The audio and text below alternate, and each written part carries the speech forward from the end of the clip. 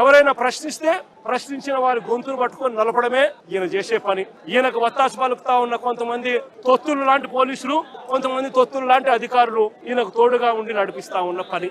చూస్తూ ఊరుకునే కార్యక్రమం ఖచ్చితంగా ఉండదు. ఖచ్చితంగా స్పందన కూడా ఉంటుందని కూడా ఈ సందర్భంగా ఖచ్చితంగా చెప్తా ఉన్నాము. ఇలాంటి ఘటనలు జరిగితే రేపొద్దున రాష్ట్ర వ్యాప్తంగా కూడా బంధు పిలుపును కూడా ఇచ్చే కార్యక్రమాన్ని కూడా వెనకడుగు వేయము. ఇంకా అడుగులు వేగంగా కూడా పడతాయి. ఇలాంటివి కన్నా ఆగకపోతే మాత్రం చంద్రబాబు నాయుడు గారిని గట్టిగా వార్నింగ్ ఇస్తూ చెప్తా ఉన్నాము. ఇష్యూస్ పెద్ద అవుతాయి. ఢిల్లీ లెవెల్లో కూడా NHRCకి కూడా రిపోర్ట్ కూడా కంప్లైంట్ కూడా ఇచ్చే కార్యక్రమం చేస్తా ఉన్నాము. కోర్టుల తలుపులు తడతాము.